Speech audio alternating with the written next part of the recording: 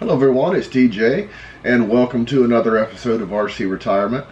Today I've got a long-awaited collaboration video. I recorded this almost 2 years ago now with another YouTube creator. You may know him as Part-Time First Sergeant. We had a wonderful conversation and you're going to notice a little bit of a different sort of feel for this video because he decided to do the editing for this video, and it worked out quite well. So you're going to see a two-part conversation here as First Sergeant Alex and I discuss all manner of things, a lot of medical board stuff and a few other odds and ends. But we had a wonderful conversation. There was no real plan for it. It was just, let's see how it goes. And it turned out incredibly. So I think you're really going to enjoy this, and I think you'll like the freshness to this, a little bit of a departure from my humdrum editing style. So I think you're going to find this both informative and entertaining. Here we go. Hey, what's going on, folks? My name is Alex. Thank you for checking out RC Retirement YouTube channel. On this video, we're going to engage in part one of a two-part discussion on how to navigate the military medical retirement with my boy DJ. All right, check this out. Hey, what's going on, folks? My name is Alex. I'm Part-Time First Sergeant. I'm over here with my new friend, DJ. DJ, tell the folks a little bit about yourself that probably already know you. Well, I'm not as big a celebrity as you are. I don't know about that. I am a retired National Guardsman. I was in the National Guard for 24 years, spent 14 of those AGR, and the last 10 of those were as a retirement counselor. I learned how to do that job pretty well and found out that I really enjoy it. It's not as fun as blowing stuff up, because I ended up having to go through the medical evaluation boards and ended up being medically retired myself. I was having to counsel soldiers for years who were being medically retired, and I had a fairly good idea of what was going on. But then going through it myself, my eyes were opened. It was quite illuminating. Well, since I retired, obviously, I started this YouTube thing. Actually, I started it 2 years before I retired. It's become my full-time job now. About 60-70% of the questions I get are about medical evaluation boards. So it's great that I at least have some personal experience in that realm and can talk knowledgeably. And let me tell you right now, and I was about to look it up as you were talking, when it comes to medical retirement, when it comes to medical evaluation, when it comes to VA rating in the military community, outside of all the BS and joke stuff that you see out there, that is probably one of the top things that is talked about by current members of active duty, National Guard, retired, or ETS soldiers. Because the system is complicated because it's not something that you taught throughout your military career. So you have a very special set of skills that just a simple text does not, do it justice. Sometimes it's a conversation. And now that you said a little bit about yourself, I have a million questions, obviously, and we spoke before we started this conversation. For me, as I kind of alluded to before we started recording, it's that fear, right?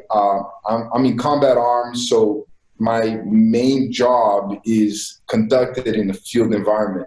So something as simple as telling my PHA that I got a sore knee could flag me as a guardsman. I can't perform my job, and you as a tanker, you can't perform your job because you can't be in the field with your guys. So what do you do as a senior NCO or any soldier of that matter, regardless of your rank? How do you do your job when you can't go to the field? Well, 50% of your drills is in the field. Then your culminating event, which is your AT, is in the field.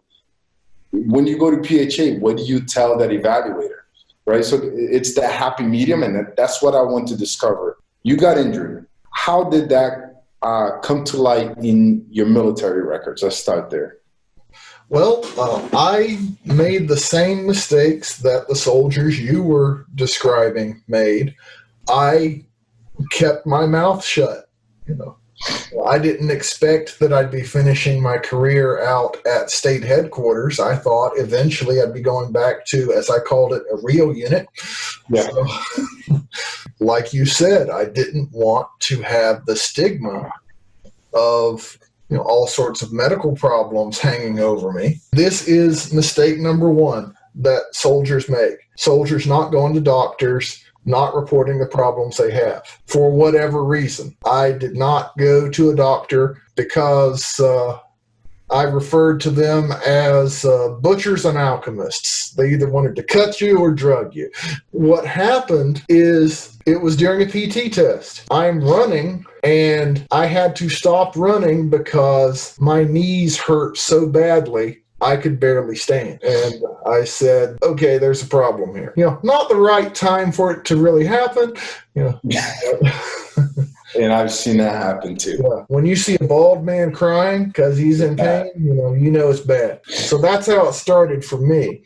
And that's when I realized, one, I need to start actually going to doctors and getting things documented, because here I am at the 17, 18, 19 year point in my career, and my medical record is about like that. And most of it is like initial enlistment physical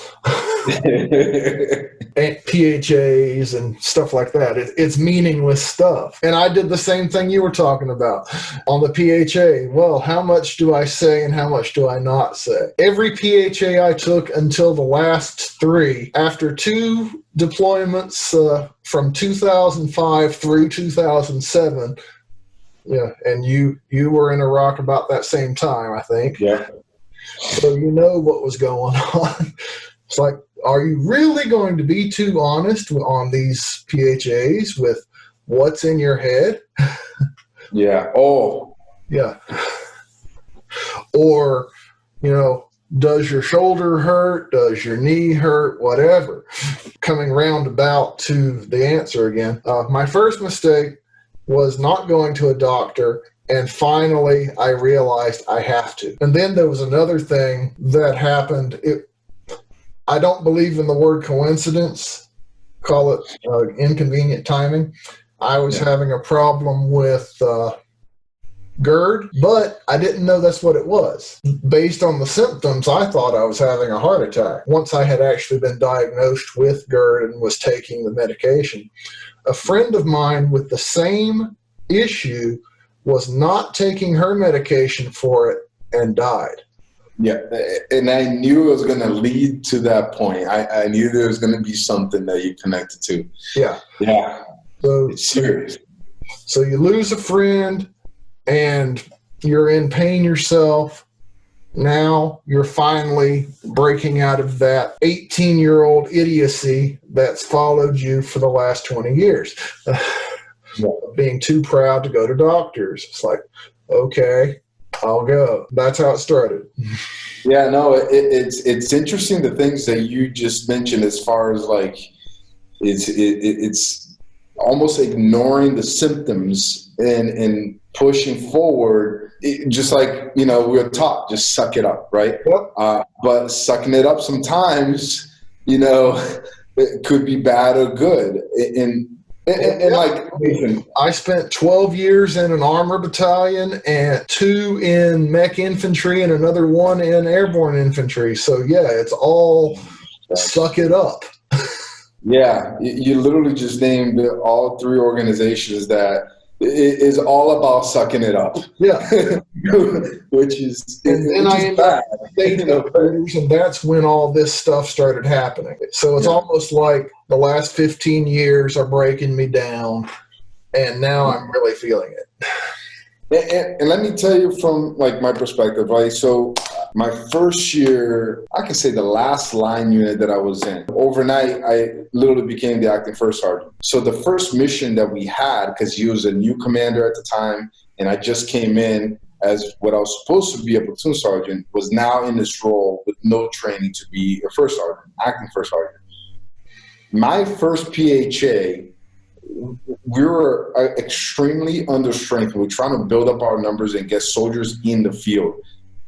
And I'll be honest with you, because I'm telling you right now, people are going to watch this video and they're going to be like, all right, like this happens. As a human being, I'm like, be honest, if you're hurt, and you don't have the medical insurance, you're not seeing a doctor, be honest here. So at least we can identify these issues and start working through your problems and get you healthy, so you know what's going on. But as a selfish first sergeant, in my head, I was like, shut the fuck up. Right. I don't care if you had a crazy rager last night and you got a boo-boo, you'll get over it. Like, you got 30 days to heal before we get to the field. I need you because you're my 113 driver. You know what I mean? You're on my dismount team. I need you to get out there and get after it. So that happens. I mean, commanders and first sergeants are looking at their scorecard and go, how many soldiers do I have available to conduct this patrol? So if soldiers are medically unavailable to go to the field, it's a disaster for us. But at the same time, I don't want to put my commander in a situation where he's assuming unnecessary risk, right? So if a soldier has a serious injury that he's hiding, he goes to the field and then his femur breaks or his hips dislocates, or he, has a major back injury because of another primary injury that's not even associated with that, but that created a secondary issue. I'm now, in essence, unauthorized, assuming a risk that's literally, reserved for the commander to assume. So, I've never gone to a soldier and said, hey, you need to suck it up and keep your mouth shut, you'll get over this. Because obviously, I'll be just as guilty as a soldier for putting the commander in that compromising situation. So, but, secretly, you think about it and you go, please, baby, don't tell them your knee hurts right now because I need you. Right. So, yeah, it's difficult. How do you manage that as a leader and how do you manage that as a soldier? It sounds like whether or not you decide to be forthcoming with the PHA process, at least at a minimum, find a way to get a medical evaluation. Is that a fair assessment of what you're saying? In fact, nowadays with reservists having, TRICARE at such a reasonable price, saying that you don't have health insurance is really not an excuse. Yeah. You can pay for it with part of your drill check. Yeah. In fact, one time, I used to go to units and give benefits briefs. Yeah. Because it's amazing how retirement benefits equal retention. So, hey, whatever you can do. Yeah, so I would go to companies and I would talk to E1s through E8s, and I'd talk about things like TRICARE and thrift savings plan and stuff like that. And you'd get that same argument every time from Joe Snuffy, Private Snuffy. I can't afford this. Well, look here. Here's your drill check. Yeah.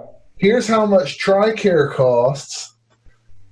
You're single, so if you don't blow it on beer, Yeah.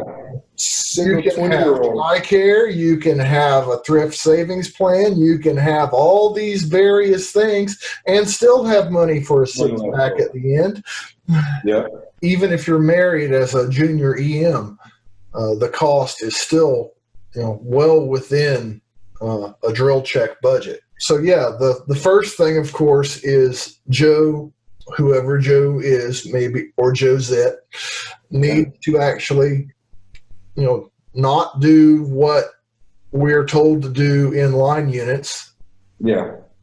As much as first sergeants and commanders hate it, Yeah. they need to go to the bloody doctor. Yeah. Because they may find out that, that heartburn you have could be something that's about to burn through your esophagus and kill you. Yeah. Yeah. and you're no good to your unit, dead. So you identified some of your medical concerns. Obviously, one of the culminating events for your medical situation was your APFT. I ended up with a walking profile, and it went down from there. It was knees and migraines that took me out. Yeah, circling back around, Joe needs to go to doctors and get his stuff documented, because when I was going through the medical boards, one of the things that was coming back every single time was, okay, you say you've got this problem and you've had it for years. Where are the documents? Where are your prior doctor visits? I didn't have, I never went to doctors. Yeah. So when it comes time to prove, yes, I've got this chronic problem, whatever that may be, you've got no proof. And then especially if you're wanting to talk benefits later, yeah. VA or Army, if you don't have proof, Yeah. you get no money. Is it a fair assessment to say that at a minimum, the soldiers, especially coming back from a deployment, if they have a concern, to at least look to document a 0 rating? Because Yes. one of the things that I'm thinking about is that it may not be a major problem now. Your risk from that fall from the truck, okay, it's fine. It's a little sore, but it's fine. But that fine 20 years later could become a wrist surgery that you may or may not have insurance to cover, right? Is that a fair assessment, that at least getting a 0 rating documentation? And explain a little bit what that means on the VA side. All right. Now let me, before I start doing that, say I'm not a VA expert. All right. I am far more knowledgeable on military benefits than I am VA. But I can answer this question. Getting a 0 rating for a malady at least establishes that there is a service connection between some problem there is a connection between your service and the problem. It just might not be high enough to actually issue a disability rating. But as you say, your body breaks down over time, and even the VA recognizes this and admits on their own website that a 0 rating can become a 10, 20, 30% rating over time. I wish I had taken the advice of the counselors coming back from deployments 1 and 2 and gone through at least a cursory VA physical rather than doing what we all did. You know what we said. Honestly, it's consistent with what's been going on in the past 18 years, honestly. It's stuff associated with respiratory issues, joint issues, back issues, hip issues. These are all things that are load-bearing stuff. Migraines, matter of fact, adjustment disorder, which, may be something that, you will may be able to cope with these issues. Or a year down the line, you may become a raging alcoholic because you haven't got over those issues right? I seen it firsthand. Very close people to me. But anyway, so, mental health stuff, like head stuff, whether it be dizziness, whether it be migraines, joint stuff, respiratory stuff, and obviously the given hearing stuff, right? You start hearing little tones, so these little things will disable you, right? And become bigger over time. I'm telling soldiers, hey, this is how you get over on a VA and try to get your money.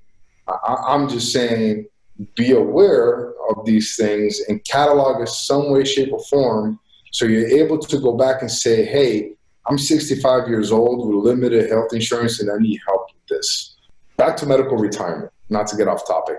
So then you got hurt, you identified your issue. And then what happened? Well, pressed on for several more years. Sucked it up and just Okay, walking profile, did that for several more years. Then, at least in my case, this is how the medical board started. Remember I said I did the same thing we all do until the last 3? I decided to tell the absolute truth on everything at the next PHA, which was like 2 weeks later. Without going into all the post-deployment issues, even 10 years later, just mentioning the knees and the migraines was enough to get me in front of providers. Hey, what's up with this? Are you seeing a doctor or yada, yada? Do you need a profile? And that was the first thing, is ended up getting a T3, a temporary profile with a 3 on my PULHES for legs. So describe that. The 3 signifies? The 3 means you've got a significant medical condition that can either inhibit you from doing your job or inhibit you from deploying. Yeah. And definitely would require you to have, in many cases, like this, have significant duty limitations. Yeah. As opposed to like the PUIs when you have 1, no duty limitations. Right. Yeah. So, and that can be a big problem depending on your MOS. If you're 11 Bravo, if you're an infantryman, then if you don't have, 1s across the board, you're not 11 Bravo anymore. Without the picket fence. Yeah. And if you're an HR guy at state headquarters, it doesn't matter as much. But that particular rating for legs was enough to still trigger several things. Of course, it's a temporary profile. It goes on for several months. There's treatment, there's physical therapy, all sorts of things done to try to fix the problem. So who's doing, just not to skip over this. So you said it triggered all these things. Is this done through because were you AGR at this point? I was AGR, yeah. Okay, so you went through the system, the military system, as opposed to like an MDAY soldier will have like a paper saying you need to follow up with your own personal doctor, whomever that is. Right. So yeah, it triggered some knee surgeries and physical therapy and all kinds of cool stuff. I say facetiously. Yeah. All in an attempt, this actually took about 1.5 years, this whole thing I'm summarizing, at least where I can get them to a permanent 2 on a PULHES. Some duty limitations, but not significant. That is trigger number 2. When you get a permanent 3 on your PULHES, that tells the medical providers, okay, we've got a problem. And if it's not something that your MOS can facilitate, I had 2 choices. I could take another several months and try to recover, go through more physical therapy. Yeah. And, and since it's now been like 2 years since I've had an APFT, take a record PT test and pass it. Or go through the Integrated Disability Evaluation System. IDES. All right. IDES. All right. Is this a National Guard system? Is this a reserve component system or a military? DOD system. All right. Yeah. If you're AGR, you've got to go to an active duty installation and have a doctor tell you. So I had to take that extra step. MDAY people don't have to do it this way. AGRs have to go to an active duty post and all right, go through this extra step. But so I had to go to Fort Knox and explain my sob story to a doctor there. And I had now met with him several times over the course of these 2 years. To boil it down for an MDAY soldier, permanent 3 on the PULHES, triggers something. And if you're not by your MOS able to accommodate that permanent 3, a 3 means you still have to be evaluated by a provider. So before we go further, and we reference PULHES, and I don't know if most people understand what that acronym or those letters actually mean. Physical capacity, upper extremities, lower extremities, hearing, eyes, and psychiatric. All right, there you go. Acronym for your total body fitness. So you see this, especially for the younger soldiers who haven't had any medical issues, or any soldiers that haven't had medical issues. I referenced earlier in the conversation the picket fence. It's just all ones. It just looks like a picket fence. In your situation, you obviously reached the 3. Permanent. I had 1, 1, 3 lower. All right. And then ones.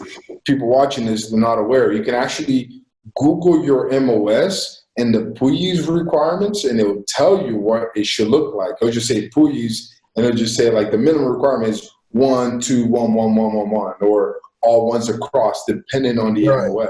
So PULHES is right under marital status on your ERB. So your board version won't show your PULHES, but But the full version will. Yeah, the full version will. We talked about the temporary 3 and the permanent 3, right? So the P and the T. The T is like, listen, we can probably work through this. The permanent is like, yeah, this is it. This is not going to revert back. Is that an accurate statement? Yeah, and that's where the MOS changes happen. Yeah. If they're still able to stay in. But that's when you'd have an MOS retention board and figure out what's going on. You mentioned the AGR version of what you went through. What is the equivalent for the MDAY soldier? Well, if you have injuries, then you know yourself, that's line of duty investigation. Commander and first sergeant say, deal with this. We don't want to lose you, so you need to deal with this. Go to the doctor, get this remedied. I'm assuming this has not yet resulted in a permanent profile, just the initial, going on, temporary profile, and whatnot. So temporary profile, he's going to have to be reviewed by an Army doctor before he can have that, before he can be declared fit for duty. All right. That's just how things work. So, of course, that means you lose him for a drill because you have to send him off to either the medical company or state headquarters or wherever the nearest bunch of docs are. Yeah, and I can tell you, just interrupt for a second, for us, it was actually state mandated that if a soldier had a medical issue they needed to deal with, whether it was a medical flag or an LOD, that you give him a SUTA from drill to attend to his medical issues. So let's say we had just a regular MUTA 4, you give him 2 UTAs to go deal with medical issues. So he'll show up on a Saturday and I'll show up on a Sunday, let's say, and then at some other time he come back with a paperwork, or prior to show up with paperwork saying, hey, here's my medical appointment that I attended, and it's a note from the medical doctor saying he was seen by a doctor. And that's how we address those issues. I started to see that practice happen in my state just before I retired, about 3 years before I retired. Before that, it was kind of like, just get it done. You're not going to drill. Which is the wrong answer, but yeah. Right. And then people, commanders were wondering why they're losing people. All right, folks, thank you very much for checking out this conversation with my boy DJ from RC Retirement. On part 2, we're going to get more in-depth and technical on how to navigate the actual medical retirement process as a guardsman. So I hope you check us out on part 2 of this discussion, and I'll see you on the next one. Peace. All right, everyone. So that was part 1 of my conversation with First Sergeant Alex.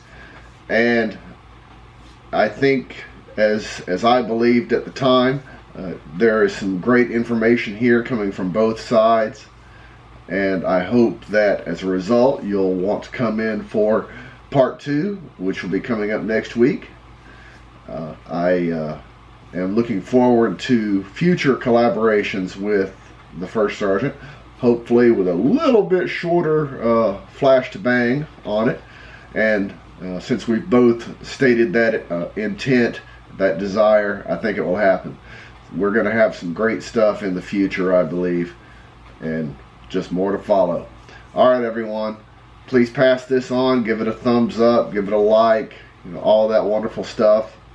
Be sure to leave comments, suggestions, questions, concerns, all that wonderful stuff in the comments section below. And of course, spread this information to others who may need it so that we can get the right information in the right skulls and have people making informed decisions. Until then, please tune in next time for more RC Retirement. I'll see you soon. If you liked what you heard on today's episode, then please go below and give it a thumbs up, and be sure to subscribe to this channel. Also, please let other people know about this channel and the information it can provide for them. If you have questions or comments, then please have no qualms about posting them in the comments section below. Please remember the RC Retirement YouTube channel and the RC Retirement website are not recognized or endorsed by the Department of Defense, the Department of Veterans Affairs, or any other government agency. The information presented in these resources are for entertainment and informational purposes only. Also, the content of either of these resources should not be considered financial or legal advice. Please consult with your own legal counsel, accountant, or financial planner before making any decisions based on what you have learned here. As always, thank you for watching the RC Retirement YouTube channel.